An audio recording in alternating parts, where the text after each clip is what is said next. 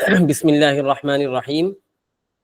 کل ہم نے جہنم کے بارے میں اور حساب و کتاب کے نظام کے بارے میں تھوڑا جانا تھا، اور یہ بات جانی تھی کہ ہمیں چاہے ہم ایمان والے ہی کیوں نہ ہو جائے، ہمیں بیچ بیچ میں اپنے ایمان کو تر و تازہ کرنے کی ضرورت ہے اور اپنے اعمال میں کوالٹی لانے کی ضرورت ہے، اور اچھے اعمال کو اچھی کوالٹی کے جیسے اچھے اعمال بنانے کے لیے میں نے 2 طریقے بھی بتائے تھے۔ کیا آپ لوگوں میں سے کوئی بتا سکتا ہے وہ دونوں طریقے میں سے کوئی ایک طریقہ کہ کس طرح سے ہم اپنے اعمال میں اچھی کوالٹی لے کر آ سکتے ہیں؟ اگر کوئی بتا سکتا ہے تو مائک اوپن کر کے بتائے کہ کون سا طریقہ اختیار کرنے پر ہمارے اعمال میں کوالٹی اچھی آ جائے گی۔ کوئی نہیں بتا رہا ہے۔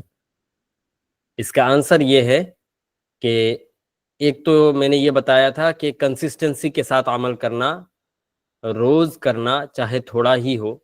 ایسا نہ ہو کہ کوئی عمل ہم ایک دن بہت زیادہ کر چکے ہیں اور دوسرے دن ہم وہ عمل کر ہی نہیں رہے ہیں۔ چاہے تھوڑا سا کام کرے اللہ کے لیے لیکن کنسسٹنسی کے ساتھ کرے۔ یہ ایک طریقہ ہے اعمال میں کوالٹی لانے کا۔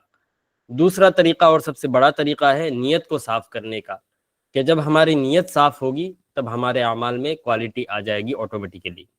نیت ہماری ہونی چاہیے اللہ تعالیٰ کو خوش کرنا، کسی بندے کو دکھانے کے لیے یا کسی پر عزت پانے کے لیے کسی جگہ پر، یا پھر لوگوں کی تعریفات سننے کے لیے اگر ہم کچھ کام کریں گے تو اسی کے لیے وہ کام رہ جائے گا۔ اگر اللہ کے دربار میں ہمارے اعمال کی کوالٹی بہتر بنانی ہے تو ہمیں صرف اور صرف نیت یہی رکھنی ہے کہ میں جو بھی کر رہا ہوں اللہ تعالیٰ کو خوش کرنے کے لیے کر رہا ہوں۔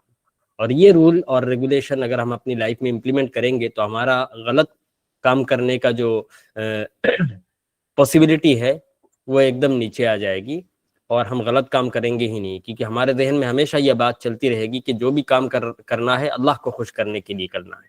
جب اللہ کو خوش کرنے کے لیے کرنے کی نیت رہے گی ہمارے اندر تو ہم غلط کام کریں گے ہی نہیں۔ ٹھیک ہے، شروع کرتے ہیں آج کی کلاس۔ میں نے کل بتا دیا تھا آپ لوگوں کو کہ ابھی روزانہ کی کلاسز میں کنیکشن جوڑنا اتنا زیادہ ضروری نہیں ہوگا، کیونکہ ابھی جو مختلف طرح کے ٹاپکس تھے وہ ختم ہو گئے ہیں، اور ابھی ٹاپک ایک جیسا چلے گا۔ کل تک جہنم کے بارے میں ٹاپک چلے گا، اور اس کے بعد جب جنت کا ذکر شروع ہوگا لاسٹ ڈے تک جنت کا ہی ذکر چلتا رہے گا۔ پھر بھی تھوڑا نہ تھوڑا کنیکشن تو جوڑنا ضروری ہوتا ہے۔ تو اس طرف سے اگر دیکھا جائے تو کل کی کلاس کے ساتھ آج کا کنیکشن یہ ہے کہ ان پریویس لیسنس اللہ تعالیٰ described his power and majesty. پچھلے اسباق میں اللہ تعالیٰ نے اپنے پاور کو، اپنے حساب کرنے کے طریقے کو، اور لوگوں کے پریشان ہونے کو، اور کس طرح سے آسمان پھٹے گا، ان ساری چیزوں کو بیان کیا ہے ہمیں وارن کرنے کے لیے، لیکن ڈیٹیل میں جہنم کے بارے میں بیان نہیں کیا تھا۔ بس حساب و کتاب کے بارے میں بیان کیا تھا کہ کس طرح تمہیں دینا پڑے گا، فرشتے تم سے گناہوں کے بارے میں پوچھیں گے، اور جو انکار کرے گا، غلط قسمیں کھائے گا، اس کے منہ پر تالا لگا دیا جائے گا، اس کے ہاتھ گواہی دینا سٹارٹ کریں گے، وغیرہ وغیرہ۔ یہ منظر اللہ تعالیٰ نے منظر کشی کری تھی قیامت کے دن کی، لیکن جہنم کے بارے میں کچھ بتایا نہیں تھا۔ آج مزید ڈرانے کے لیے اور لوگوں کو اور باخبر کرنے کے لیے، اور لوگوں کے ایمان میں جو ہے تازگی لانے کے لیے، اور جو ایمان والے نہیں ہیں ان کو ایمان کے زمرے میں داخل کرنے کے لیے، ایمان کی باؤنڈری کے اندر داخل کرنے کے لیے اللہ تعالیٰ ہیل فائر کی طرف اشارہ کر رہا ہے، جہنم کے بارے میں آج بتا رہا ہے، جو اس صورت میں ابھی تک نہیں بتایا تھا اللہ تعالیٰ نے۔ تو آئیے شروع کرتے ہیں ورڈ میننگ سے۔ آج کی امپورٹنٹ ورڈز اینڈ ٹرمز ہے۔ پہلا لفظ ہے یعرف، عرفہ یعرف۔ یہ یعرف اسی سے آیا ہے جس کا مطلب ہے پہچاننا، جاننا۔ ہم لوگ بچوں کا نام عارف رکھتے ہیں نا، عارف کا مطلب ہے جاننے والا، پہچاننے والا، چیزوں کو جاننے والا۔ تو یعرف کا مطلب ہوا ول بی ریکوگنائزڈ، پہچانے جائیں گے۔ سیما، یعرف المجرمون بسیماہم، مجرمون تو سبھی جانتے ہیں، مجرم کو مجرمون کہا جاتا ہے۔ سیماہم، سیما کا مطلب کیا ہے؟ سیما کا مطلب ہے ایک خاص نشانی، سائن، انڈیکیشن۔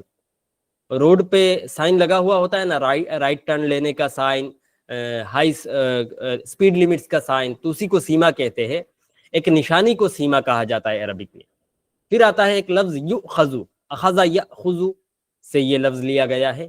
یؤخذ کا مطلب ہے پکڑنا یا پھر لیا جانا کسی چیز کو۔ یؤخذ یعنی ایک چیز کو پکڑ کے لے کے آنا، یا پھر ایک چیز کو کہیں سے لے کر کے آنا، اس کو کہتے ہیں یؤخذ۔ اسی طرح ایک لفظ آیا ہے نواسی۔ یہ نواسی پلورل فارم ہے، جو ایکچوئل ورڈ ہے سنگولر فارم وہ ہے ناسیتن. ناسیتن کا معنی یہ والا حصہ آپ لوگ دیکھ پا رہے ہیں مجھے, یہ جو پیشانی سے اوپر بالکل متصلاً پیشانی سے متصل جو بال ہے ہمارے, اسی کو ناسیتن کہا جاتا ہے. یہ جو جگہ ہے میں جو دکھا رہا ہوں, اگر آپ لوگ دیکھ پا رہے تو تھمس اپ کیجئے. میرے پیشانی پہ یہ جو جگہ ہے جہاں سے بال اگنا سٹارٹ ہوتے ہیں اسی کو عربک میں ناسیتن کہا جاتا ہے, اور اس کا پلورل فارم ہے نواسی. ٹھیک اسی طرح سے ایک لفظ آیا ہے اقدام. اقدام قدم ان کی جمع ہے, قدم ان سنگولر فارم ہے اور پلورل فارم ہے اقدام, جس کا مطلب ہے پیر. ہمارے پیر جو ہے اسی کو اقدام کہتے ہیں. ٹھیک اسی طرح سے ایک اور ورڈ ہے یطوفون. طاف یطوف طوفن کا مطلب ہے چکر لگانا. اور بیت اللہ کے ارد گرد ہم جو حج پہ جانے کے بعد چکر لگاتے ہیں لوگ, یا عمرہ میں جانے کے بعد چکر لگاتے ہیں, اس کو طواف بھی اسی لیے کہتے ہیں. طاف یطوف طوفن و طوافن سے لیا گیا ہے اس ورڈ کو. یطوفون مطلب وہ لوگ چکر لگاتے ہیں یا چکر لگائیں گے. یطوفون کا مطلب کیا ہوا؟ وہ لوگ چکر لگائیں گے. طواف سے لیا گیا ہے اس کو. طواف کا مطلب بھی ہے چکر لگانا. پھر ایک لفظ آیا ہے حمیم. حمیم کا مطلب ہے بوائلنگ واٹر, ابلتا ہوا پانی, کھولتا ہوا پانی. گرم ہو کے جب پانی ابلنے لگے اسی کو حمیم کہا جاتا ہے عربک میں. ایکچولی حمیم گرم پانی کو کہا جاتا ہے, بوائلنگ واٹر کو نہیں کہا جاتا. یہ پریزنٹیشن میں مسٹیک ہو گیا ہے. آن جو نیکسٹ لفظ ہے اس کو کہتے ہیں بوائلنگ واٹر, کھولتا ہوا پانی. تو دونوں کا مطلب ایک جیسا ہی ہے. حمیم کا مطلب وہ گرم پانی جو ابل نہیں رہا ہو, اور آن کا مطلب ہے وہ گرم پانی جو گرم ہو کر کے ابل رہا ہے, کھول رہا ہے. تو ایک بار دوہرا لیتا ہوں آپ لوگوں کے کلیریفیکیشن کے لیے. یعرف کا مطلب پہچان لیا جائے گا. سیما کا مطلب نشانی, انڈیکیشن. یؤخذ کا مطلب پکڑا جائے گا, لیا جائے گا. نواسی کا مطلب پیشانی کے متصل جو بال ہے اسی کو, پیشانی کے اوپر جو بال ہوتے ہیں جہاں سے بال اگنا سٹارٹ ہوتا ہے اسی کو نواسی کہا جاتا ہے. اقدام کا مطلب ہے پیر, اور یطوفون کا مطلب ہے چکر لگائیں گے. حمیم کا مطلب ہے گرم پانی, اور آن کا مطلب ہے کھولتا ہوا پانی. آئیے ترجمہ کی طرف اور ٹرانسلیشن کی طرف موو آن کرتے ہیں, جو ہمارا تیسرا فیز ہے اس کلاس کا. اعوذ باللہ من الشیطان الرجیم, بسم اللہ الرحمن الرحیم. یعرف المجرمون بسیماہم فیؤخذ بالنواصی والاقدام. اللہ تعالیٰ گنہگاروں کے بارے میں بول رہا ہے کہ یعرف المجرمون, پہچان لیے جائیں گے مجرم لوگوں کو, پہچان لیا جائے گا مجرم لوگوں کو, گنہگار لوگوں کو. بسیماہم, ان کے نشانیوں کی وجہ سے. فیؤخذ, اور اس کے بعد ان کو پکڑا جائے گا. بالنواصی, پیشانی کے بال کو پکڑ کر. والاقدام, اور پیروں کو پکڑ کر ان کو لے آیا جائے گا. فبأي آلاء ربكما تكذبان, تو تم اپنے رب کے کون کون سی نعمتوں کو جھٹلاؤ گے, انکار کرو گے. هذه جہنم, یہی وہ دوزخ ہے, یہی وہ جہنم ہے. التي يكذب, كذب يكذب کا مطلب پہلے گزر چکا ہے, جس کا مطلب ہے جھٹلانا. تکذبان روزانہ آتا ہے. فبأي آلاء ربكما تكذبان, تکذبان کا مطلب بھی انکار کرنا, جھٹلانا. تو هذه جہنم التي, یہی وہ جہنم ہے. یکذب بها المجرمون, جس کو گنہگار لوگ اور کافر لوگ اور مجرم لوگ جھٹلایا کرتے تھے, جس جہنم کا انکار کیا کرتے تھے. یطوفون بینہا, بین کا مطلب ہے ان بٹوین, درمیان والی جگہ کو کہتے ہیں بین. یہ لفظ پہلے گزر چکا ہے اس لیے آج ورڈ میننگ میں اس کو شامل نہیں کیا گیا. یطوفون بینہا, وہ لوگ چکر لگائیں گے جہنم کے. وبین حمیم آن, اور گرم کھولتا ہوا پانی کے درمیان. یہ تھا آج کا ٹرانسلیشن, ایک بار اور کر لیتا ہوں. یعرف المجرمون بسیماہم فیؤخذ بالنواصی والاقدام, گنہگار لوگوں کو پہچان لیا جائے گا ان کے نشانیوں کی وجہ سے, اور پھر ان کو پیشانی کے بالوں کے ذریعے اور پیروں پر پکڑ کر لایا جائے گا. فبأي آلاء ربكما تكذبان, تو تم اپنے رب کی کون کون سی نعمتوں کو جھٹلاؤ گے. هذه جہنم التي يكذب بها المجرمون, یہی وہ جہنم ہے جس کے بارے میں مجرمین جھٹلاتے تھے, جس کا انکار کرتے تھے. یطوفون بینہا, آج وہ اس کے درمیان. وبین حمیم آن, اور گرم کھولتا ہوا پانی کے درمیان چکر لگاتے پھریں گے. آئیے تفسیر کی طرف اٹینٹیو ہو کے سنیے گا. جو لوگ گنہگار ہوں گے, جو لوگ ایماندار ہوں گے, جو لوگ نیککار ہوں گے, وہ تو الگ ہے. آج اللہ تعالیٰ گنہگاروں کو ہائی لائٹ کر رہا ہے کہ جو لوگ گنہگار ہوں گے, چاہے وہ کافر ہو, چاہے وہ مشرک ہو, چاہے وہ منافق ہو, اور چاہے وہ مسلمان گنہگار ہو, ان کے چہرے پر اور ایک نشانی ہوگی گناہ کی. قیامت کے دن جو نیک لوگ ہوں گے وہ ان کا چہرہ منور ہوگا, نور سے جھل ملاتا ہوا ہوگا ان کا چہرہ. حضرت یوسف علیہ السلام جو سب سے خوبصورت نبی گزرے ہیں، اتنے خوبصورت تھے کہ سورہ یوسف جو قرآن پاک کی سورت ہے اس میں ایک آیت گزرتی ہے کہ ایک راجا کے وہاں وہ گئے تھے اور وہاں پر تھے وہ، اور اس راجا کی جو بیوی ہے وہ ان سے بہت زیادہ امپریسڈ ہو گئی کی تھی ان کی خوبصورتی دیکھ کر، اور وہ ان کے ساتھ غلط رشتہ قائم کرنا چاہتی تھی، لیکن پھر وہ پکڑی گئی اور یوسف علیہ السلام صاف ستھرے اور پاک دامن ظاہر ہوئے۔ پتہ چلا کہ اس سازش میں اور اس کھیل میں، اس شڑینتر میں یوسف علیہ السلام کی کوئی غلطی نہیں ہے۔ وہ کیسے ہے وہ ایکسپلین بہت ڈیٹیل میں بتانا پڑے گا، میں خلاصے کے طور پر بتا رہا ہوں آپ کو خوبصورتی سمجھانے کے لیے یوسف علیہ السلام کی۔ پھر جب اس رانی کو، راجا کی بیوی کو مجرم ٹھہرایا گیا کہ یہ جو تم اپنی محبت کی جال میں یوسف علیہ السلام کو پھنسانا چاہتی تھی، یہ تو تم نے غلط کیا، ناجائز رشتہ قائم کرنے کی چاہت تھی تمہارے اندر، تو اس رانی نے اپنی براءت کو ظاہر کرنے کے لیے اور اس کی غلطی نہیں ہے یہ سمجھانے کے لیے، کیونکہ وہ رانی تھی، وہ بھی پاورفل تھی، اس کے بھی حکم ماننے والے لوگ تھے، اس کے بھی وزراء تھے، گورنرز تھے، وہ بھی پاور رکھتی تھی اپنے محل میں، اپنے پیلیس میں اور اپنے ایریا میں ڈومیننس ہوتا تھا اس کا۔ تو اس نے شہر کی ساری عورتوں کو بلایا اور بلا کر کے ان کو دعوت کری، دعوت کر کے ان کے ہاتھوں میں چاقو دے دیا اور پھل دے دیا، پھل کاٹنے کے لیے۔ اور پھر یوسف علیہ السلام، اس نے حکم کیا کہ یوسف علیہ السلام کو ان ساری عورتوں کے سامنے نکالا جائے۔ پھر حضرت یوسف علیہ السلام کو جب ان ساری عورتوں کے سامنے نکالا گیا تو ساری عورتیں ایک دم تعجب میں پڑ گئی، اور پھل کاٹنے کی جگہ ان کی خوبصورتی دیکھ کر وہ اپنا ہوش و حواس گوا بیٹھے۔ یہ واقعہ بہت سے لوگوں کو پتا ہوگا آپ لوگوں میں سے، اور انہوں نے پھل کاٹنے کی جگہ اپنے اپنے ہاتھوں کو کاٹ دیا۔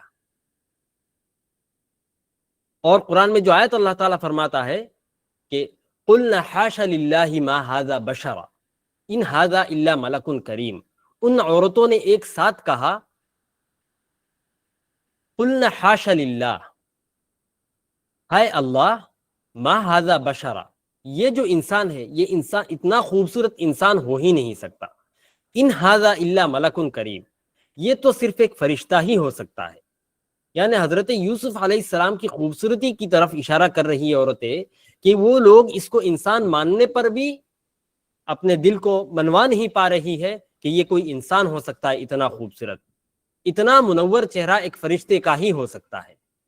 اور پھر اس رانی نے کیا کیا، ان عورتوں سے کہا کہ دیکھو تم لوگوں نے اس کو ایک جھلک دیکھ کر کے اپنے ہاتھوں پر چھریاں چلا لی، اور میں تو اپنے محل پہ اس کو کتنی بار دیکھ رہی ہوں، میں کیوں نہیں آمادہ ہوں گی اس بات پر کہ میں اس کے ساتھ رشتہ قائم کروں۔ ہر کوئی عورت چاہے گی کہ اس خوبصورت انسان کے ساتھ رشتہ قائم کیا جائے۔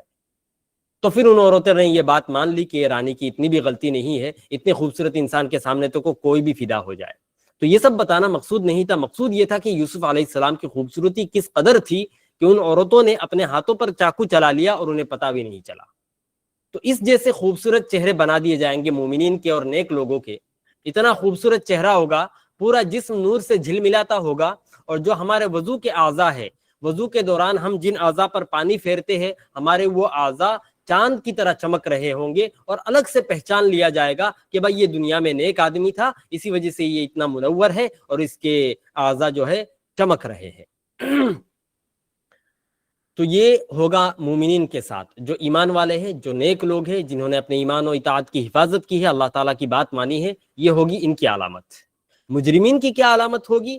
مجرمین کی علامت تفسیر ابن کثیر میں یہ بیان کیا گیا ہے کہ ان کے چہرے کالے پڑ جائیں گے اور ان کی آنکھیں نیلی پڑ جائیں گی، کیری ہو جائیں گی ان کی آنکھیں، اور الگ سے ہی پہچان لیا جائے گا کہ یہ اتنا بدصورت دکھنے والا انسان، جس کے چہرے پہ نور کا کوئی نام و نشان نہیں ہے، دیکھنے کو دل نہیں چاہتا ہے، اور ایک دم سیاہ مائل بلیک کلر جیسا اس کا چہرہ کالا پڑ چکا ہے، تو یہ بالضرور یہ کیا ہوگا؟ گنہگار ہی ہوگا، یا پھر کافر ہوگا، یا پھر مشرک ہوگا، یا پھر منافق ہوگا۔ اور جب یہ ممتاز ہو جائیں گے یہ دونوں لوگ، یعنی مومنین کی الگ پہچان ہو جائے گی اور گنہگاروں کی الگ پہچان ہو جائے گی، تو یہی کہہ رہے اللہ تعالیٰ یعرف المجرمون بسیماہم، کہ اس دن، قیامت کے دن کیا ہوگا؟ جو مجرم لوگ ہیں ان کی نشانیوں سے ان کو الگ سے ہی پہچان لیا جائے گا۔ لہٰذا اس دن یہ پروسیس نہیں ہوگا کہ بھائی حساب کتاب ہو گیا، اب سارے لوگ اکٹھا کھڑے ہوئے ہیں، ان میں سے چن چن کر نکالا جائے کہ کون کون گنہگار ہے ان کو جہنم میں ڈالا جائے. جی نہیں، پہلے سے ہی الگ ہو چکے ہوں گے علامتوں کی وجہ سے. دور سے ہی دیکھ کے پتا چل جائے گا کون گنہگار تھا دنیا میں اور کون نیککار تھا. اور پھر کیا ہوگا ان کے ساتھ؟ فَيُؤْخَذُ بِالنَّوَاصِي وَالْأَقْدَامِ، ان کو پیشانی کے بال پکڑ کر اور پیر پکڑ کر لایا جائے گا جہنم کی طرف. تفسیر ابن کثیر میں فرمایا گیا ہے کہ یہ جو طریقہ ہوگا ان کو پکڑنے کا، جس تندور میں روٹیاں پکائی جاتی ہے وہ تندور تو آپ لوگوں نے دیکھا ہی ہوگا. ابھی تو ہوٹلوں میں ڈرم کے اندر تندور بنا لیتے ہیں مٹی وٹی ڈال کر. پہلے زمانے میں اور بڑے بڑے تندور ہوا کرتے تھے، اور اس میں جب بڑی لکڑی کا ایک ٹکڑا ڈالا جاتا تھا تو وہ تندور کے اندر جا نہیں پاتی تھی وہ لکڑی، تو اس کو پکڑ کے ایسے بینڈ کر کے گول کر کے ڈالا جاتا تھا. جیسا کہ ہم اپنی زندگی میں بھی کوئی لمبی لکڑی کا ٹکڑا ہو، لکڑی کا کوئی لمبا سا ٹکڑا ہو تو اس کو بینڈ کر کے توڑتے ہیں نا، ایسے توڑتے ہیں جس کو مروڑ کے. تو ٹھیک اسی طرح سے تندور کے اندر لکڑی ڈالی جاتی تھی پہلے زمانوں میں، بڑی بڑی جو لکڑیاں ہے بینڈ کر کے گول کر کے. تو ٹھیک اسی طرح سے اس سینیریو کو امیجن کیجئے، آپ کو پتا چلے گا کتنا ڈراؤنا سینری ہوگا کہ ٹھیک اسی طرح سے جو گنہگار لوگ ہوں گے پہلے ان کی کمر توڑی جائے گی، کیونکہ اگر کمر کی ہڈی محفوظ رہ گئی تو انسان کو پکڑ کے ایسے گول نہیں کیا جا سکتا ہے، اس کی کمر رکاوٹ بن جائے گی. تو پہلے ان کو پکڑ کے ان کی کمر توڑی جائے گی، اور کمر توڑ کے پیٹ کی طرف لنگر ڈالا جائے گا، زنجیر ڈالی جائے گی، اور زنجیر ڈال کے اس کو ٹائٹ کر کے باندھ دیا جائے گا، جس کی وجہ سے انسان ایسے گول ہو جائے گا، اور اس کی پیشانی کے بالوں کو پکڑے جائیں گے اور پیروں کو پکڑے جائیں گے، اور دونوں کو کھینچ کے، پیروں کو کھینچ کے ایک دم ٹائٹ کر کے پیشانی پہ ملا دیا جائے گا، اور ایک دم گول، جس طرح سے لکڑی کو توڑ کے گول کرتے تھے تندور میں ڈالتے وقت، یہ تفسیر ابن کثیر میں لکھا گیا ہے، اسی طرح سے انسان کو پکڑ کے گول کر دیا جائے گا. امیجن کیجئے اس سینری کو، پہلے ایک انسان کی کمر توڑی جا رہی ہے، اس کے بعد اس کے پیشانی کے بال پکڑے جا رہے ہیں، پھر اس کے پیر پکڑے جا رہے ہیں، اس کو ٹائٹ کر کے ایسے جیسے ہم گاٹھ باندھ دیتے ہیں کسی رسی میں دونوں رسیوں کو ملانے کے لیے، اسی طرح سے اس کو ملانے کے لیے اور گول بنانے کے لیے اس کو گول کیا جائے گا، اس کے پیٹ کی طرف زنجیر ڈالی جائے گی اور زنجیر سے ٹائٹ کر کے باندھ دیا جائے گا. یہ تفسیر ابن کثیر میں لکھا گیا ہے. لیکن مفتی شفیع صاحب نے اپنے معارف القرآن نامی تفسیر میں جو طریقہ لکھا ہے وہ الگ لکھا ہے. انہوں نے کہا کہ اس طرح گول نہیں کیا جائے گا، اس کا مطلب یہ ہے فَيُؤْخَذُ بِالنَّوَاصِي وَالْأَقْدَامِ، پیشانی کے بال اور پیر پکڑ کر جہنم میں ڈالنے کا مطلب یہ ہے کہ کسی مجرم کو پیشانی کے بال پکڑ کر کھینچ کے بالوں کو کھینچ کے اس کو گھسیٹ کے لے کر جہنم میں ڈالا جائے گا، اور کسی کو پیر پکڑ کر گھسیٹ کے لے کے جایا جائے گا. تو یہ دو کیفیتیں بیان کی ہے مفسرین نے. ایک کیفیت تو یہ ہے کہ کسی انسان کو بال پکڑ کر کھینچے جائیں گے اور کسی انسان کو پیر پکڑ کر کھینچا جائے گا، اور دوسرا طریقہ یہ ہے کہ ایک ہی انسان کو، یعنی ہر مجرم کو بال بھی پکڑے جائیں گے، پیر بھی پکڑے جائیں گے، ملایا جائے گا، زنجیر کے ذریعے سے اس کو باندھا جائے گا، باندھنے سے پہلے اس کی کمر کی ہڈی توڑی جائے گی اور پھر جا کر کے جہنم میں ڈالا جائے گا. یہ ہولنا کی بیان کی ہے اللہ تعالیٰ نے. یہ دونوں مطلب میں نے آپ لوگوں کو بتا دیا ہے. اور یہ ایسا نہ سمجھیے کہ ہم اس چیز سے بچ جائیں گے، کیونکہ بہت سی حدیثوں میں اور بہت سے واقعات میں اور علماء کے بیانات میں ہم نے سنا ہے کہ اللہ تعالیٰ قیامت کے دن ایسا ہوگا کہ دو جہنمیوں کو اللہ تعالیٰ جہنم میں ڈالنے کا فیصلہ کر دیں گے، اور جب فیصلہ کر دیں گے تو دونوں بندے جا رہے ہوں گے جہنم کی طرف. ایک دھیرے دھیرے جا رہا ہوگا، ایک آہستہ آہستہ تیزی کے ساتھ جا رہا ہوگا. اللہ تعالیٰ پوچھیں گے کہ بھائی تمہیں تو جہنم کا آرڈر مل گیا ہے، تم جانے میں اتنا ٹائم کیوں لگا رہے ہو؟ تو وہ بندہ بولے گا کہ مجھے پتا ہے کہ اللہ بہت مہربان ہے، تو میں دھیرے دھیرے جا رہا ہوں کہ کبھی اللہ کے اندر مہربانی آ جائے اور مجھے پکار کے روک دے جہنم جانے سے اور مجھے جنت میں ڈال دے. اللہ تعالیٰ کو اس کی یہ بات بہت زیادہ پسند آئے گی. اللہ تعالیٰ اس کے سارے گناہوں کو معاف کر دے گا اور اس کو جنت میں ڈال دے گا کہ یہ دیکھو میرا بندہ، اس نے دنیا میں تو میری عبادت نہیں کی، لیکن آج اس کے سامنے سزا ہے، اس کو جہنم جانے کا فیصلہ ہو چکا ہے، لیکن اب بھی اس کو امید ہے اس بات پر کہ میری مہربانی ہوگی اور میں اس کو جنت میں ڈال دوں گا، اور اس مہربانی کے خاطر اللہ تعالیٰ اس کو جنت میں ڈال دیں گے. پھر دوسرے انسان سے اللہ تعالیٰ پوچھیں گے ان دونوں میں سے کہ بھائی تم اتنا تیز کیوں دوڑے بھاگے جا رہے ہو؟ جہنم تمہیں اچھی لگتی ہے کیا؟ جہنم اتنے مزے کی جگہ ہے کیا کہ تم اتنی جلدی جا رہے ہو؟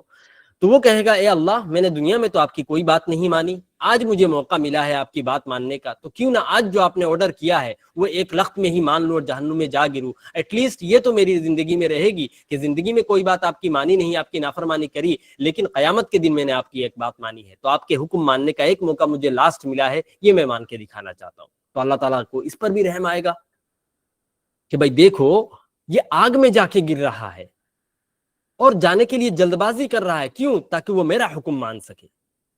کتنا امپورٹنس ہے اس کے دل میں میرے حکم کے لیے، بھلے ہی دنیا کی زندگی میں اس کے دل میں میرے لیے امپورٹنس نہیں تھا، اہمیت نہیں تھی، لیکن آج ہے تو اللہ تعالیٰ کو رحم آئے گا، اللہ تعالیٰ اس کو بھی معاف کر دیں گے اور دونوں کو جنت میں ڈال دیں گے۔ لیکن یہ جو کیسز ہے، اس طرح کے کیسز، اور ایک بڑھیا کا کیس کہ ایک بوڑھی عورت تھی جس نے اپنی پوری زندگی گناہ کاری میں مبتلا تھی، اور اس نے ایک دن ایک پیاسے کتے کو کنویں سے کپڑے کے ذریعے سے اٹھا کر پانی پلایا تھا، تو اللہ تعالیٰ نے اس کی مغفرت کر دی اور اللہ تعالیٰ اس کو جنت میں ڈال دے گا۔ ایسے بہت سے واقعات آپ لوگوں نے سنے ہوں گے اور حدیثوں میں بھی ایسا واقعہ آیا ہے، لیکن اس کی امید ہم نہیں رکھ سکتے ہر کوئی، کیونکہ وہ اسپیشل کیسز ہوں گے، وہ اللہ تعالیٰ کا نظام اور اللہ تعالیٰ کا سسٹم نہیں ہے۔ اللہ تعالیٰ کا بنایا ہوا سسٹم یہ ہے کہ جیسا کام کرو گے ویسا پھل ملے گا۔ اب اگر اچھا کام کر کے جاؤ گے تو جنت ملے گی، اگر برا کام کر کے جاؤ گے تو جہنم ملے گی۔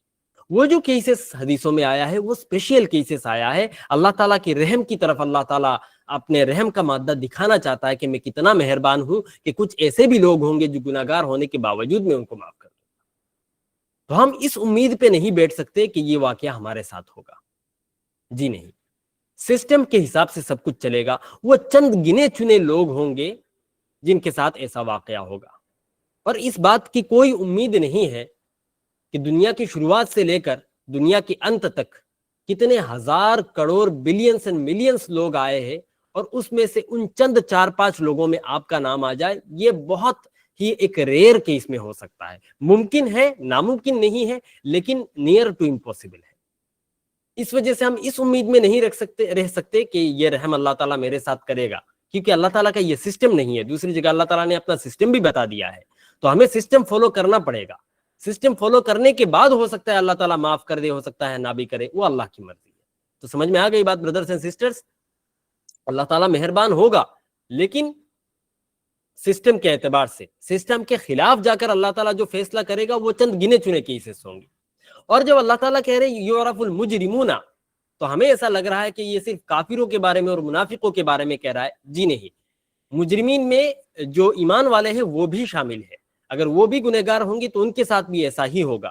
اور جرم دو طرح کے ہیں، میں نے آلریڈی آپ لوگوں کو بیان کر دیا ہے ایک دن، کہ ایک وہ جرم جو ہم اللہ کے حق میں کرتے ہیں، اور ایک وہ جرم جو ہم بندہ کے حق میں کرتے ہیں۔ اللہ کے حق میں جرم کرنا یعنی اللہ کے حکم کو نہ ماننا، نماز چھوڑ دینا، زکوٰۃ نہ دینا، جھوٹ بولنا، وعدہ خلافی کرنا۔ لیکن جب ہم نماز چھوڑتے ہیں اور زکوٰۃ نہیں دیتے ہیں، تب ہم گناہ کاری کا کام صرف اللہ تعالیٰ کے ساتھ ریلیٹڈ ہوتا ہے، یہ اللہ تعالیٰ کا حق ہے۔ کسی انسان کا حق نہیں ہے کہ اس کے سامنے نماز پڑھی جائے یا اس کے لیے اس کی نیت کر کے زکوٰۃ دی جائے۔ زکوٰۃ انسانوں کو دی جاتی ہے، لیکن انسان کو خوش کرنے کے لیے نہیں، اللہ کو خوش کرنے کے لیے۔ لیکن یہ جو جھوٹ بولنے والا کام ہے، وعدہ خلافی کرنے والا کام ہے، کسی کو دھوکہ دینے والا کام ہے، کسی کی بے عزتی کرنے والا کام ہے، یہ اللہ کے حق میں تو ہے کہ اللہ نے آپ لوگوں کو، ہم سب کو اس کام سے منع کیا، ہم اللہ کے حکم کے خلاف جا رہے ہیں، لیکن ساتھ ہی ساتھ یہ ایک اللہ کے بندے کے ساتھ بھی ریلیٹڈ ہے۔ جس سے جھوٹ بولا جا رہا ہے ہم اس کی حق تلفی کر رہے ہیں، جس سے وعدہ خلافی کی جا رہی ہے ہم اس کی بھی حق تلفی کر رہے ہیں۔ اللہ کے حکم کو تو، اللہ کے حکم کے خلاف کام تو کر ہی رہے ہیں، ساتھ ہی ساتھ ایک بندے کا بھی حق مارا جا رہا ہے۔ اور یاد رکھیے گا اس بات کو کہ ان دونوں جرم میں جو بڑا والا جرم ہے وہ سیکنڈ والا آپشن ہے، جس میں اللہ تعالیٰ بھی ریلیٹڈ ہے اور بندہ بھی ریلیٹڈ ہے۔ کیونکہ جو اللہ کا کام ہے وہ امید ہے کہ اللہ تعالیٰ ہم پر مہربان ہو جائے اور اس میں معاف کر دے، لیکن جو اللہ تعالیٰ کے بندے کے ساتھ ریلیٹڈ ہے وہ اگر اللہ تعالیٰ معاف کر بھی دیں گے تب بھی ہم بچ نہیں پائیں گے جب تک وہ بندہ ہمیں معاف نہیں کر دیتا۔ اور معاف کرنے کا کیا طریقہ رہے گا؟ دو ہی طریقے ہیں، یا تو دنیا میں جس کے ساتھ ہم نے برا کام کیا ہے، جس کے ساتھ وعدہ خلافی کری ہے، جس کے ساتھ ہم نے جس کی بے عزتی کری ہے، جس کے ساتھ ہم نے امانت کی خیانت کیا ہے، اس سے دنیا میں ہی معافی مانگ لی جائے اور رفع دفع کر لیا جائے۔ اور اگر یہ کام ہم نہ کر پائے دنیا کی زمین میں، تو موت کے بعد قیامت کے دن ہمیں اپنے ثواب دے کر یہ سارا حساب مٹانا پڑے گا، اور جو انتہائی مشکل ہوگا۔ ہمارے سارے ثواب اور نیک اعمال اسی کام میں چلے جائیں گے اور پھر ہمیں ایز اے رزلٹ جہنم میں جانا پڑے گا. نعوذ باللہ من ذالک. اللہ تعالیٰ ہمیں اس سے حفاظت فرمائے. اور جو دوسری کیٹیگری ہے وہ اتنی سخت اس لیے بھی ہے، اللہ تعالیٰ کی آیت میں فرماتا ہے وَأَمَّا الَّذِينَ ظَلَمُوا فَأُعَذِّبُهُمْ عَذَابًا شَدِيدًا فِي الدُّنْيَا وَالْآخِرَةِ، کہ جو لوگ ظلم کریں گے دنیا کی زمین میں، فَأُعَذِّبُهُمْ عَذَابًا شَدِيدًا، ہم ان کو عذاب دیں گے، تکلیف دیں گے، شدیدہ سخت تکلیف دیں گے، فی الدنیا والآخرہ، دنیا میں بھی اور آخرت میں بھی. اور اس کی تشریح ایک حدیث سے بھی ہو جاتی ہے کہ جو کسی کے ساتھ برا کام کرے گا، جو کسی کے ساتھ بہتان تراشی کرے گا، جو کسی کو برا بلا کہے گا، تو اگر وہ صحیح کہہ رہا ہے تو پھر تو الگ بات ہے، پھر اس کی نیت دیکھی جائے گی، اس نے کیوں کہا، وہ الگ ٹاپک ہے، اس میں نہیں جا رہا. لیکن اگر کسی نے غلط کام کیا، بہتان تراشی کری، کسی کے بارے میں برا بھلا کہا، جبکہ وہ انسان ایسا نہیں ہے، تو ایک حدیث شریف میں آتا ہے کہ مرنے سے پہلے وہ انسان خود اس میں مبتلا ہو کر مرے گا. اگر کوئی شرابی نہیں ہے اور ہم نے بائی چانس غلطی سے یا پھر جان بوجھ کر کسی کو شرابی کہہ دیا، تو مرنے سے پہلے ہم شرابی ہو کر مریں گے، یاد رکھ لیجئے. اگر کوئی امانت کی خیانت نہیں کرتا ہے اور ہم نے بول دیا فلاں انسان امانت کی خیانت کرتا ہے، تو ہم مرنے سے پہلے خود امانت کی خیانت کر کے مریں گے. یہ اس کو کہا جاتا ہے کرما. آج کل کے جنریشن میں، آج کل کے لائف سٹائل میں کرما سے تعبیر کیا جاتا ہے اس کو، کہ جیسا کام کرو گے ویسا پھل ملے گا. تو وہ جو کرما کا کانسیپٹ ہے وہ ٹوٹلی میں ایگری نہیں کر رہا ہوں، ہر بار ایسا نہیں ہوتا، لیکن یہ ضرور ہوتا ہے کہ اگر ہم کسی کے بارے میں برا بلا کہتے ہیں اور وہ بری خصلت و عادت اس انسان کے اندر اگر نہیں ہوتی ہے، تو مرنے سے پہلے ہم اس میں مبتلا ہو کر مرتے ہیں. اگر ہم کسی کو ستاتے ہیں تو ہم مرنے سے پہلے خود ہم ایسے سچویشن میں جاتے ہیں جس میں ہمیں کوئی ستا رہا ہوتا ہے. تو اعمال کا حساب کچھ اس طریقے سے ہوتا ہے، کیونکہ اللہ تعالیٰ نے قرآن کی آیت میں فرما دیا اما الذین ظلموا فاعذبهم عذابا شدیدا فی الدنیا والآخرہ، کہ جو لوگ ظلم کریں گے ان کو میں سخت سزا دوں گا دنیا میں بھی اور آخرت میں بھی. ظلم کرنے کا کیا مطلب ہوا؟ ظلم کرنے کا صرف یہ مطلب نہیں کہ کسی کو قتل کر دیا جائے. ظلم کی جو ڈیفینیشن اور تعریف کی گئی ہے لغات کے اندر، ڈکشنریز کے اندر، وہ ہے وضع الشیء فی غیر محلہ ظلم. کسی چیز کو اپنی جگہ سے ہٹا کر دوسری جگہ رکھ دینا، اس کو ڈکشنری میں ظلم کہا گیا ہے. ٹھیک اسی طرح سے ایک مومن کا آپ کے اوپر حق ہے کہ آپ ان کے ساتھ امانت کی خیانت نہ کرو. اگر آپ نے خیانت کی تو آپ نے ظلم کر دیا، کیونکہ آپ کو کیا کرنا چاہیے تھا؟ ہمیں کیا کرنا چاہیے؟ کسی کے ساتھ خیانت نہیں کرنی چاہیے، وہ اس کا حق بنتا ہے. تو اس کا حق تھا خیانت نہیں کرنا، ہم نے خیانت کو اس کے حق میں رکھ دیا، یعنی جس جگہ پہ امانت رکھنی چاہیے تھی اس جگہ پہ ہم نے خیانت کر دیا، تو ہم نے وضع الشیء فی غیر محلہ کر دیا. ایک چیز کو جب اس کی جگہ میں رکھنا تھا ہم نے اس کو نہیں رکھا، کسی اور چیز کو رکھ دیا. اگر کسی نے کسی کو قتل کر دیا تو اس مومن ہونے کے اعتبار سے یا انسان ہونے کے اعتبار سے اس پر حق بنتا تھا کہ وہ دوسرے انسان کے جان کی حفاظت کرے، لیکن اس نے اس کو قتل کر کے کیا کر دیا؟ اس حفاظت کی جگہ قتل کو رکھ دیا، یعنی جہاں پر حفاظت ہونی چاہیے تھی وہاں سے حفاظت ہٹا دی اور وہاں پر قتل کو رکھ دیا. تو یہ بھی ظلم ہے. ہر چھوٹے سے چھوٹی چیز، چھوٹے سے چھوٹا کام جس میں جگہ کی تبدیلی ہو جاتی ہے، غیر محل میں کام کیا جاتا ہے، اسی کو ظلم کہا جاتا ہے، چاہے وہ چھوٹے سے چھوٹا کام ہو، چاہے وہ بڑے سے بڑا کام. اگر کسی کے ساتھ وعدہ خلافی کری جا رہی ہے تو اس انسان کا حق تھا کہ اس کے ساتھ وعدہ خلافی نہ کری جائے، اس کے ساتھ وفاداری کی جائے. تو وفاداری کو ہٹا کر کے ہم نے وعدہ خلافی کو رکھ دیا، ہم نے ظلم کر دیا.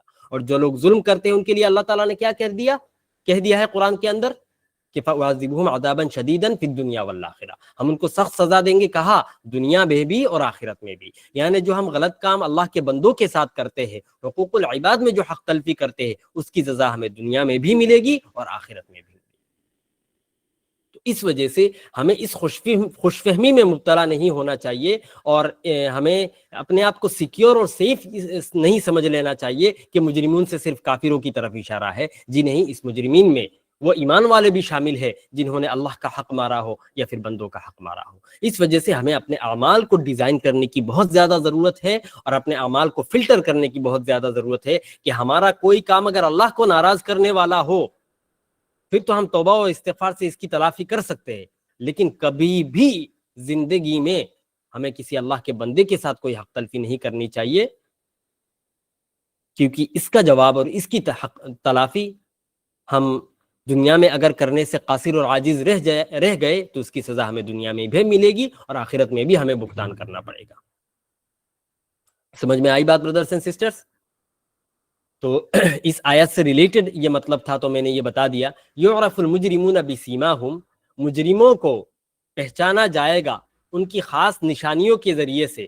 فیؤخذ بالنواسی، پھر ان کو پیشانیوں کے بل والاقدام اور پیروں کے بل پکڑا جائے گا. اور کس طرح پکڑا جائے گا؟ دونوں صورتیں میں نے بیان کر دی. ایک تو یہ ہے کہ پیشانی اور پیر کو ایک ساتھ پکڑ کر گول کر کے انسان کو دھکیلا جائے گا جہنم میں، اور دوسرا طریقہ یہ ہے کہ کسی انسان کو پیشانی کے بل پکڑا جائے گا اور کسی انسان کو پیر کے بل پکڑا جائے گا.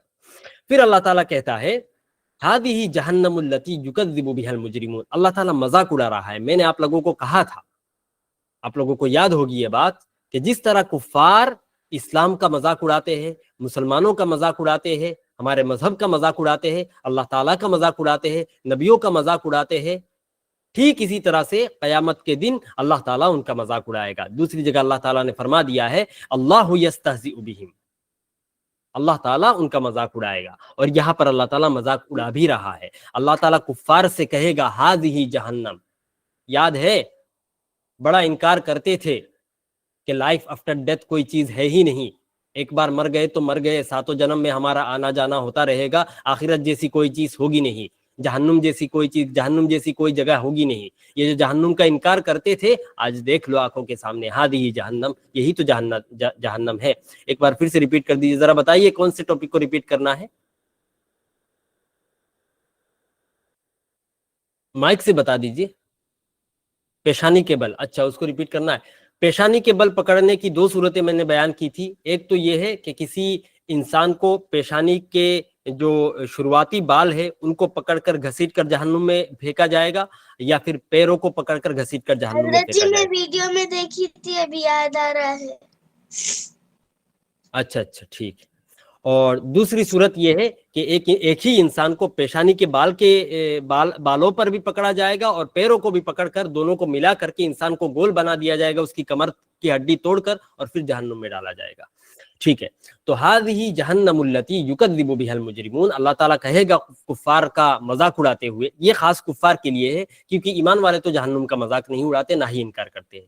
تو ہذہ جہنم التی، ان سے کہا جائے گا، اللہ تعالیٰ کہیں گے مذاق اڑاتے ہیں، یہی وہ جہنم ہے التی یکذب بها المجرمون، جس کا مجرمین انکار کرتے تھے، جھٹلاتے تھے.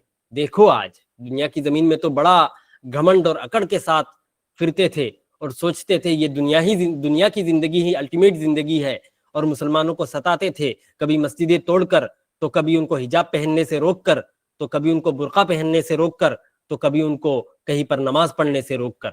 آج دیکھ لو تمہارے سامنے جن چیزوں کو جھٹلا کر اپنے اکڑ اور گھمنڈ کے بلبوتے پر مسلمانوں کا مذاق اڑایا کرتے تھے، مسلمانوں کو پریشان کیا کرتے تھے، یہ جہنم تمہارے لیے حاضر ہے، اسی کو تم جھٹلایا کرتے تھے. آج اپنی آنکھوں سے دیکھو اور بتاؤ کیسی لگ رہی ہے.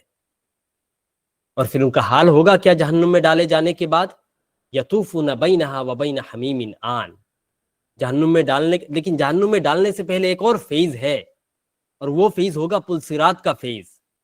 ایک برج ہوگا جس کے اوپر سے سارے حضرات کو، سارے انسانوں کو گزرنا پڑے گا، اور وہ پل اتنا لمبا ہوگا، اس کی لمبائی کے بارے میں کسی حدیث میں آتا ہے کہ 3000 سال لگیں گے اس کو اس پار سے اس پار کراس کرنے کے لیے. یعنی وہ پل جہنم کے اوپر ہی بنا ہوا ہوگا، اور اس کے اس پار سے اس پار جانے میں 3000 سال لگ جائیں گے.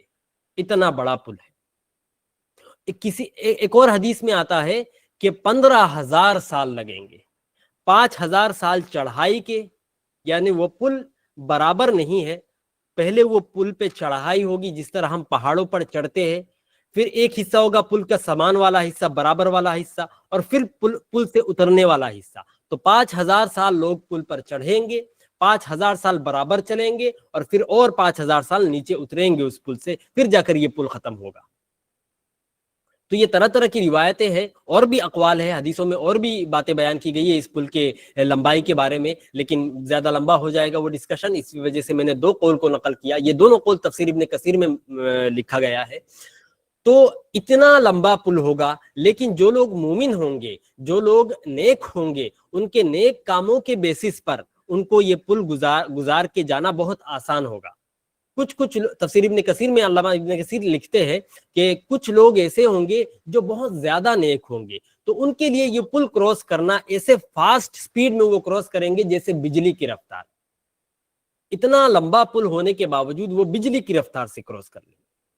کچھ لوگ ہوں گے اس سے کم نیک اعمال والے، تو وہ گھوڑے کی پرندوں کے رفتار سے کراس کریں گے۔ کچھ لوگ ہوں گے اور کم اعمال والے، وہ گھوڑوں کی رفتار سے کراس کریں گے۔ کچھ لوگ ہوں گے اور کم اعمال والے، تو وہ گائے کی رفتار سے کراس کریں گے۔ یعنی جس کا جتنا زیادہ اچھا اعمال، اس کی سپیڈ اتنی زیادہ۔ اور کافر اور منافقوں کے ساتھ کیا ہوگا کہ جو کفار ہے، وہ حدیث شریف میں آتا ہے کہ اس پل کے بارے میں حضور علیہ الصلوۃ والسلام نے ڈسکرائب کیا ہے کہ وہ جو پل ہے وہ اتنا باریک، تلوار کی طرح دھار اور بال کی طرح باریک ہے، اور گرم ہے آگ کی چنگاریوں کی طرح۔ اس پل کے اوپر سے ہمیں گزرنا ہے بھائی اور بہنوں، کوئی بچے گا نہیں، ہر ایک کو گزرنا پڑے گا۔ خود حضور اکرم صلی اللہ علیہ وسلم فرماتے ہیں کہ مجھے بھی نہیں پتا میں کیسے گزروں گا، وہ مجھے تب پتا چلے گا۔ مجھے بھی نہیں پتا مجھے کیسے لے جایا جائے گا اس پل کے اوپر، گزرنا تو مجھے بھی پڑے گا۔ تو ہم میں سے ہر ایک کو اس پل کے اوپر سے گزرنا ہے، اور وہیں پر امتحان ایک اور ہوگا کہ جو لوگ گنہگار ہوں گے وہ اس پل سے گر جائیں گے، جو جہنمی ہوں گے وہ اس پل سے گر جائیں گے، اور جو جنتی ہوں گے وہ کراس کر جائیں گے اپنے اعمال کے حساب سے۔ اب جو جہنمی ہوں گے وہ کیسے گریں گے؟ تو کہا جاتا ہے، تفسیر ابن کثیر میں لکھا گیا ہے کہ جو کفار ہے ان کو وہ تلوار کی تیزی اور بالوں سے باریک ہونے کی وجہ سے وہ اپنے آپ کو بیلنس نہیں کر پائیں گے اور اوندھے ہو جائیں گے۔ جیسے ہم رکوع میں جاتے ہیں، اس سے بھی زیادہ اوندھے ہو جائیں گے، اور ایک جگہ ایسی آئے گی وہ اور صبر اور برداشت نہیں کر پائیں گے، وہ گر جائیں گے۔ اور پھر بتایا جاتا ہے حضرت عائشہ رضی اللہ تعالی عنہا کی ایک حدیث کے اندر کہ ایک ایک کافر کا وزن 50 یا 10، یہ قول مجھے صاف طور پر یاد نہیں ہے، 10 شاید 10 گابن اونٹنیوں کی طرح کا وزن ہوگا ایک انسان کا۔ یعنی 10 پریگننٹ اونٹنیاں جتنے وزن کی ہوتی ہے، اتنا وزن ایک کافر کے جسم کا ہوگا، پھر بھی اس کو گرنے میں 50 سال لگ جائیں گے، اور اس پل سے گر کر نیچے جہنم تک پہنچنے میں۔ اور جب تک وہ گرتا رہے گا تب تک وہ جہنم کی تپش میں جلتا رہے گا۔ اور جو منافق ہے، منافق کون ہے جانتے ہیں؟ جن کے اندر میں کفر ہے لیکن باہر سے وہ ایمان والے دکھاتے ہیں اپنے آپ کو۔ حضور علیہ السلام، اصلی منافق وہی ہے۔ ویسے نفاق خفی ایک اور چیز ہے جو مسلمانوں میں بھی یہ چیزیں پائی جاتی ہے، لیکن اس کی بات میں ابھی نہیں کروں گا۔ اصلی منافق جو ہوتے ہیں، جو حضور علیہ السلام کے زمانے میں تھے، جو اندر سے تو کافر تھے لیکن باہر سے دکھاتے تھے کہ ہم مسلمان ہیں، ان کے ساتھ اور برا ہوگا۔ وہ اس پل کو کراس کر ہی نہیں پائیں گے، ان کو یہ تیزی اتنی چبھے گی مانو کہ کوئی کانٹا ان کے پیر کو چبھ گیا ہے اور پیر کے آر پار چلا گیا ہے، اور اس درد کی وجہ سے وہ اوندھا ہو کر لٹک جائیں گے اس پل میں، اور پھر ان کو دھکا مارا جائے گا، دھکا مار کر ان کو گرایا جائے گا اس پل سے جہنم کی طرف۔ تو یہ تفصیل احادیث کے اندر بیان کی گئی ہے پل صراط کی۔ تو ہم میں سے ہر ایک کو اس پل سے گزرنا ہے۔ نیک لوگوں کے ساتھ کیسا ہوگا برتاؤ، وہ بھی میں نے بتا دیا، کافروں کے ساتھ کیسا ہوگا وہ بھی میں نے بتا دیا، اور منافقوں کے ساتھ کیسا ہوگا وہ بھی میں نے بتا دیا۔ اور جب جہنم میں وہ گر جائیں گے، گرنے کے بعد یطوفون، وہ چکر لگائیں گے، بینہا و بین حمیم آن، جہنم اور گرم کھولتا ہوا پانی کے درمیان۔ کیا مطلب اس آیت کا؟ تفسیر ابن کثیر میں لکھا جاتا ہے کہ جب جہنم میں ڈالا جائے گا تو ان کو جلنے کی وجہ سے ان کو سخت پیاس لگے گی۔ جب پیاس لگے گی تو وہ پانی مانگیں گے۔ پانی مانگنے کے بعد یہ جو جہنم کی آگ ہے اور جہنم کا پانی ہے، جس دن اللہ تعالیٰ نے آسمان کو پیدا کیا اسی دن سے یہ جلائی جا رہی ہے یہ آگ، اور گرم کیا جا رہا ہے اس پانی کو۔ کتنا گرم پانی ہوگا اور کتنی گرم آگ ہوگی آپ لوگ اندازہ لگا لیجیے۔ تانبے کو پگھلانے کے بعد جس طرح سے گرم ہوتا ہے اسی طرح کا گرم پانی ہوگا، اور جب ان کو پیاس لگے گی جہنمیوں کو تو وہی پانی پیش کیا جائے گا، کھولتا ہوا ابلتا ہوا پانی پیش کیا جائے گا پینے کے لیے۔ ایک بار وہ پیاس بجھانے کے خاطر گرم پانی کو بھی پئیں گے، اور جب پی لیں گے تو وہ پانی اندر جہاں جہاں جائے گا اتڑیوں کو چیرتا ہوا، گلوں کو چیرتا ہوا، اندر کے گوشتوں کو چیرتا ہوا، پیٹ کو چیرتا ہوا جائے گا، مانو جیسے کوئی چیز اندر جا کر پورے اتڑیوں کو چیر رہی ہے، اتنا گرم ہوگا وہ پانی۔ تو وہ پانی پلایا جائے گا. پھر وہ پانی پی کے اور پریشان ہو جائیں گے, کہیں گے بھائی اس پانی کا تو عذاب جو ہے یہ تو اور سخت ہے, تو چلو پھر واپس آگ میں چلے جاتے ہیں. تو یہی چکر لگاتے رہیں گے, آگ میں جلیں گے, پیاس لگے گی, پانی پئیں گے, پانی پی کے اور تکلیف ہوگی, پھر آگ میں جائیں گے, پھر جلیں گے, پھر پیاس لگے گی, اور یہ سلسلہ چلتا رہے گا. اور وہ آگ اتنی گرم کہ آگ میں ڈالنے کے بعد فوراً ان کے جسم کے سارے گوشت پگھل کر گر جائیں گے, سوائے آنکھ کے اور جسم کی ہڈیوں کے. پھر ان کے ہڈیوں پر نیا گوشت چڑھایا جائے گا, نیا چمڑا چڑھایا جائے گا, پھر اسے جلایا جائے گا, پھر چڑھایا جائے گا, پھر جلایا جائے گا. اور پھر انہیں جب بھوک لگے گی تو سورہ واقعہ میں ایک آیت آتی ہے, لَآكِلُونَ مِن شَجَرٍ مِّن زَقُّومٍ, زقوم نامی درخت کا پھل ان کو کھلایا جائے گا, جو پھل ہوگا انتہائی کانٹے دار. وہ پھل کھانے کے بعد اس پھل کے کانٹے گلوں کو چیر دیں گے اور پیٹ کو برباد کر دیں گے, اتڑیوں کو. تو یہ حال ہونے والا ہے جہنمیوں کے ساتھ. امیجن کیجئے اور اپنے آپ سے پوچھ لیجئے, کیا ہمیں یہ چاہیے یا پھر ہمیں وہ چاہیے جو جنت کے بارے میں اللہ تعالیٰ اگلی آیتوں میں کل سے انشاءاللہ شروع کرے گا بیان کرنا. تو یہ تھی آج کی تفسیر. ایک بار میں دہرا لیتا ہوں ان آیتوں کے ترجموں کو. یعرف المجرمون بسیماہم, مجرم لوگوں کو ان کی نشانیوں کی وجہ سے پہچان لیا جائے گا. فیؤخذ بالنواصی والاقدام, اور پیشانیوں کے بل اور پیروں کے بل ان کو پکڑا جائے گا. فبأي آلاء ربكما تكذبان, تو تم اپنے رب کی کون کون سی نعمتوں کو جھٹلاؤ گے. یہ بھی تو کتنی بڑی نعمت ہے کہ اللہ تعالیٰ نے یہ سارا نظام ابھی سے چالو نہیں کیا. بار بار میں کہے آ رہا ہوں پچھلے 4-5 دنوں سے کہ یہ سارا ہمیں وارن کر رہے اللہ تعالیٰ, اور ہمیں ٹائم بھی دے رہے ساتھ میں کہ یہ ہونے والا ہے, سدھرنا ہے, ٹائم ہے تمہارے پاس, سدھر جاؤ. تو یہ کتنی بڑی نعمت ہے اللہ تعالیٰ کی طرف سے. ہادی جہنم التی, پھر مذاق اڑانے کے خاطر اللہ تعالیٰ فرمائے گا ہادی جہنم التی, یہی وہ جہنم ہے, یکذب بہا المجرمون, جس کا مجرمین انکار کرتے تھے, جھٹلاتے تھے. یطوفون بینہا, آج حالت یہ ہوگی کہ وہ اس کے درمیان, وبین حمیم آن, اور کھولتا ہوا ابلتا ہوا پانی کے درمیان چکر لگا رہے ہیں. تو یہ تھا آج کا ترجمہ. آج کی کلاس سے کیا لیسنس ملتے ہیں, آئیے ایک نظر ڈالتے ہیں. 3 لیسنس لینے کو ہے آج کی کلاس سے. Number 1, we should be mindful of our actions as the sinners will be recognized by their marks and signs. ایسا ہو ہی نہیں سکتا کہ کوئی کام غلط ہم کر دے اور وہ اللہ تعالیٰ سے وہ کام چھپا ہوا رہ جائے. ایک تو نامہ اعمال میں وہ لکھا جا رہا ہے, اس کا حساب و کتاب ہوگا, اور جب حساب و کتاب ہوگا تو ایسا نہیں کہ ہم نے غلط کام کر لیا تو ہمارے دوست احباب نہیں دیکھیں گے, ہمارے ماں باپ نہیں دیکھیں گے, ہمیں چھپا چھپا کر جہنم میں ڈال دیا جائے گا. اللہ تعالیٰ اس سے حفاظت فرمائے. لیکن وہ سب کچھ ظاہر ہو جائے گا, کیونکہ میں نے بتا دیا گنہگاروں کے چہرے کالے پڑ جائیں گے, آنکھیں نیلی پڑ جائیں گی. تو آپ جو لوگ گنہگار ہے, ان کے والد صاحب اگر نیککار ہے تو دیکھ کے پہچان جائیں گے کہ میرا بیٹا تو برباد ہو گیا. اگر اس کی ماں نیککار ہے تو دیکھ کے پہچان جائے گی کہ میرا بیٹا تو برباد ہو گیا, اس نے اپنی زندگی برباد کر دی, اب تو کوئی چارہ نہیں ہے. اس دن کسی کی سفارش کام نہیں آئے گی. یوم یفر المرء من اخیہ وامہ وابیہ وصاحبتہ وبنیہ, وہ دن ایسا ہوگا, یوم یفر المرء, جب انسان بھاگے گا, من اخیہ, اپنے بھائی سے. بھائی مانگے گا کہ بھائی تو میرا چھوٹا بھائی ہے, تیرے میں نے اتنے خیال سے تیرا دیکھ بھال کیا ہے میں نے دنیا کی زندگی میں, آج مجھے ایک نیکی کم پڑ رہی ہے, دے دے بھائی. بھائی کہے گا بھائی میرے پاس کوئی نیکی وکی نہیں ہے, جاؤ یہاں سے, کہہ کے بھاگے گا. وہ امہ, ماں کتنی مہربان ہوتی ہے دنیا کی زمین میں. اللہ تعالیٰ کے بعد اگر کوئی مہربان ہے, اللہ تعالیٰ نے اگر کسی کی ممتا کو اور کسی کی مہربانی کو اپنے محبت کے ساتھ کمپیئر کرنے کے لائق سمجھا ہے تو وہ ہے ماں کی محبت. تو انسان اپنی ماں سے بھی بھاگے گا کہ کہیں ماں نہ مجھ سے نیکی نہ پوچھ لے. وہ صاحبت ہی وہ بنی, باپ سے بھی بھاگے گا, اپنی بیوی سے بھی بھاگے گا, وہ بنی اپنے بچوں سے بھی بھاگے گا. تو جو ہمارے کام ہیں وہ اس دن کام آنے والے ہیں, ہمارے نیک اعمال کام آنے والے ہیں. اور ایسا نہیں ہے کہ برا کام کر کے ہم اپنا چہرہ چھپا لیں گے اپنے قریبی رشتہ داروں سے اور اپنی ماں باپ سے اور اپنے بھائیوں اور بہنوں سے اور اپنے بیوی بچوں سے, بلکہ ہمارے چہرے پر الگ نشانی ہوگی گناہ کاری کی, چھپا نہیں پائیں گے. تو اس وجہ سے کام کو اگر سدھارنا ہے تو ٹائم ابھی ہے. ہمیں اپنے کام کے خاطر بالکل مائنڈفل ہونا چاہیے, اور ایک دم الٹیمیٹ فیصلہ ہمیں ابھی سے ابھی لے لینا چاہیے کہ کوئی کام ایسا ہو ہی نہ جس کی وجہ سے یہ کیفیت آ جائے کہ میں قیامت کے دن اللہ کے سامنے تو چہرہ نہ دکھاؤں اور ساتھ ہی ساتھ اپنے ماں باپ کے سامنے بھی چہرہ نہ دکھا پاؤں. کہیں ایسا نہ ہو کہ ہمارے سارے رشتہ دار چلے جائے جنت میں اور میں اکیلے آگ میں جلتا رہا.